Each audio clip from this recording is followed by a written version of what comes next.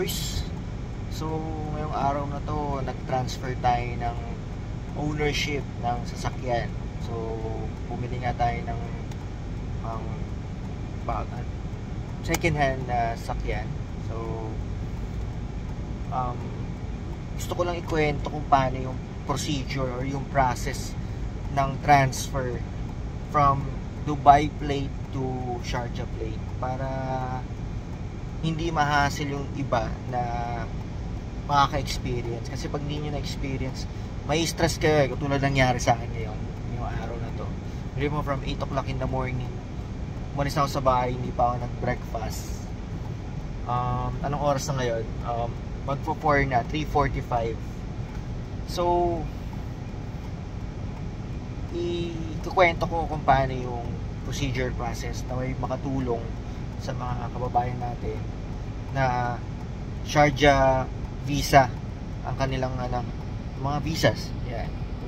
Kung dito sila nag-work, dito yung issued visa nila, at gusto nilang bumili ng sasakyan na second hand from Dubai or from other Emirates. So ganito yung procedure niya. Una, kailangan yung pumunta ng Dubai. Doon mag-i-start lahat ng procedure.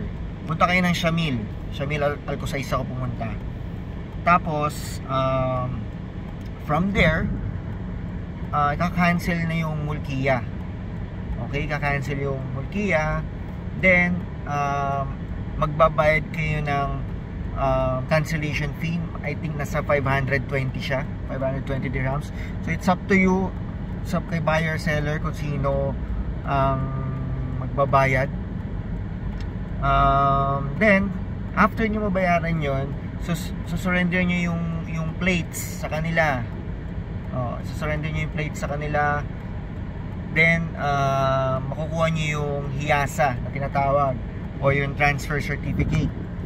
And then after nyo makuha yon, yung sasakyan, paano nyo ngayon dadalhin sa Sharjah kasi wala nang plates, di ba? So kailangan nyo mag-rent ng truck, okay, or ng towing na magdadala nyan to Sharjah.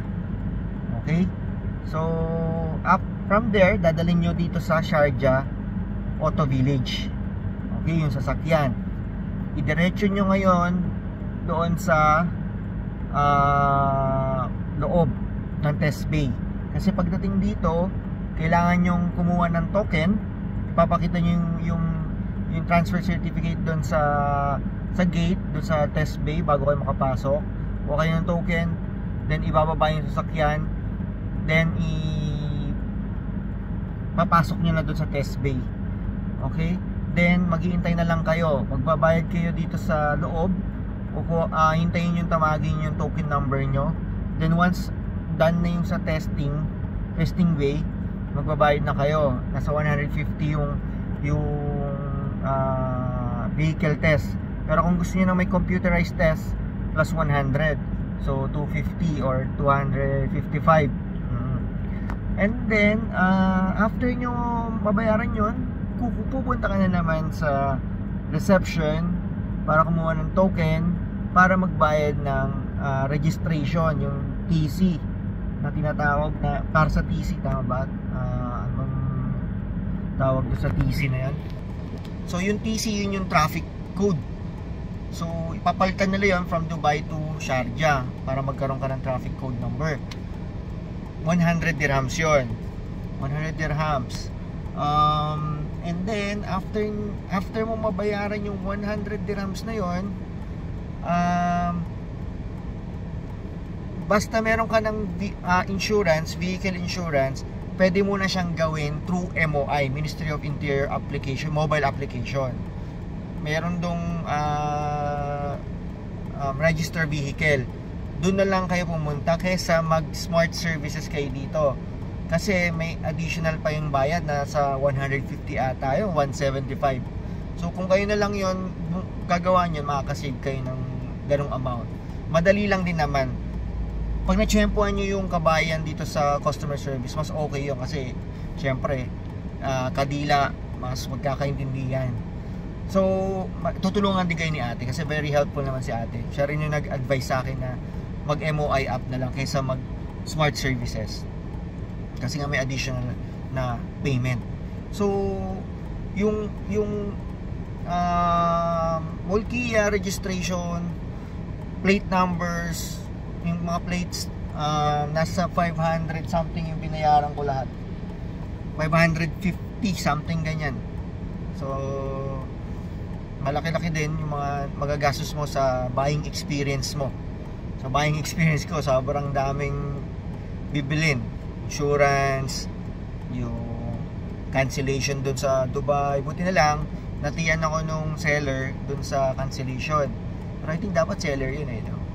Dapat seller yung magbabayad ng cancellation, kasi pagdating dito ikaw magre-register under your name. So natiyan niya naman ako dun. Tapos siyempre nagbayad din ako ng towing truck, nasa 150. Kasi dito ko pinatow yung sasakyan going to Dubai to Sharjah. Kasi dito pala, pag ang towing truck is Sharjah plate, hindi sila pwedeng kumuha ng Dubai galing, dapat manggagaling sa Sharjah. Okay? One more thing, yung insurance nyo dapat para hindi kayo mangyari sa akin, kasi nadoble yung bili ko ng insurance kasi nagkamali ako.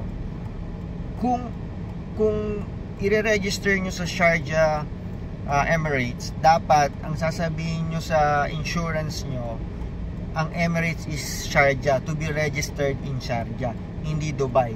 Kasi pag Dubai, hindi lalabas sa traffic code system ng Sharjah yung insurance nyo.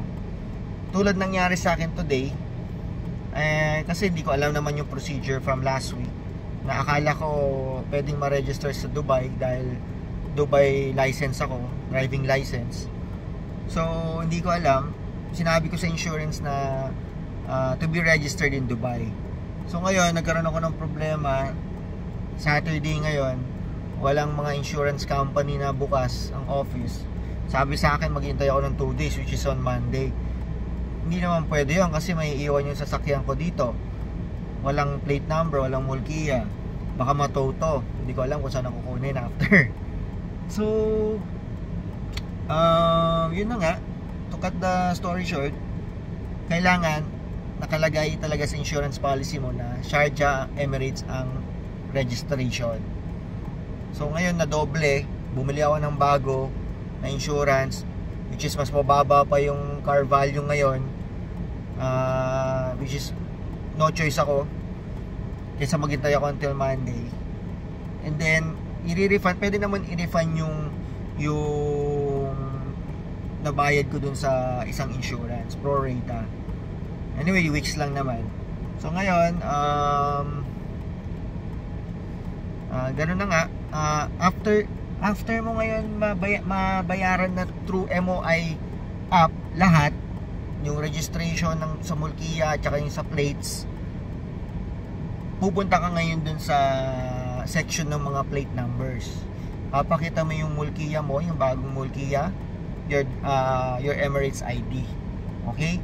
And then hintay ka lang ng mga 3 to 5 minutes, meron ka ng bagong may bago ka ng plates. After that, pagkabigay sa'yo ng plates, kunin mo yung sasakyan mo dun sa parking bay nila. Then pupunta ka dun sa dulo na nagkakabit ng mga plate numbers. Yun. Then after that, tapos na. Yun lang naman. At least may idea kayo kung paano